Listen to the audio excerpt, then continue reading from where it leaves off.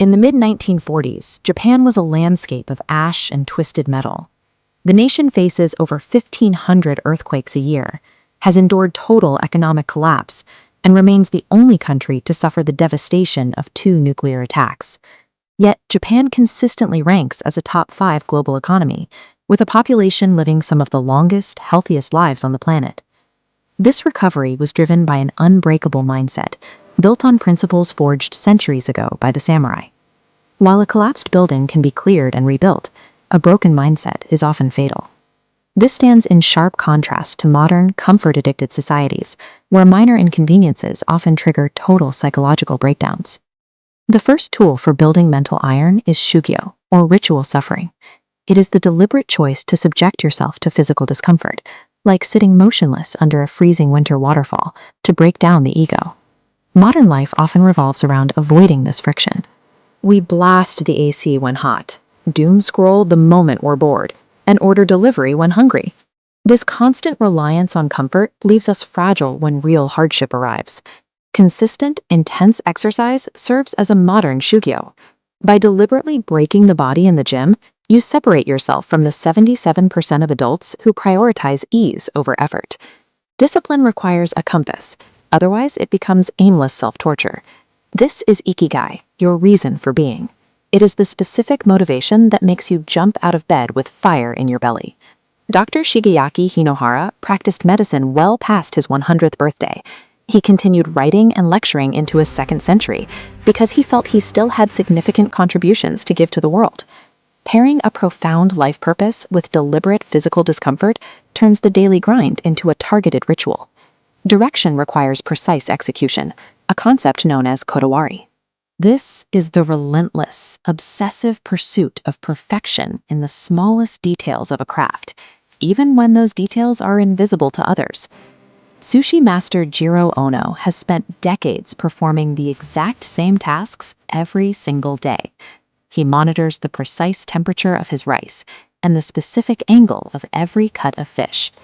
This microscopic focus transformed a tiny subway station restaurant into a 3 Michelin star destination, drawing world leaders to experience the absolute pinnacle of the craft. To prevent this pursuit of perfection from causing paralysis, the Japanese use kaizen, the commitment to continuous 1% improvements. In the 1950s, a Toyota assembly line worker noticed a car door took 4 extra seconds to fit. He flagged the inefficiency, eliminating those seconds. Multiplied across millions of vehicles over decades, that single adjustment compounded into massive efficiency gains and millions saved. Even with perfect discipline and execution, life can still present catastrophic, uncontrollable events that destroy your plans. This is the moment for shikata ga nai, which translates to "it cannot be helped." It is the practice of radical emotional surrender to unchangeable reality.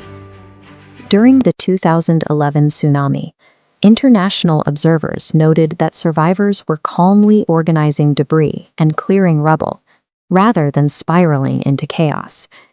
They focused their energy on the present, rather than raging against an unalterable disaster. By refusing to waste energy cursing the past, you conserve your mental bandwidth to focus entirely on surviving and rebuilding in the present.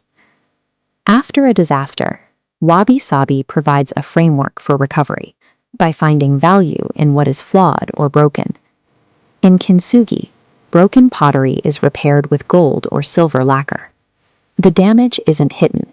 It's highlighted with precious metals, acknowledging the object's history.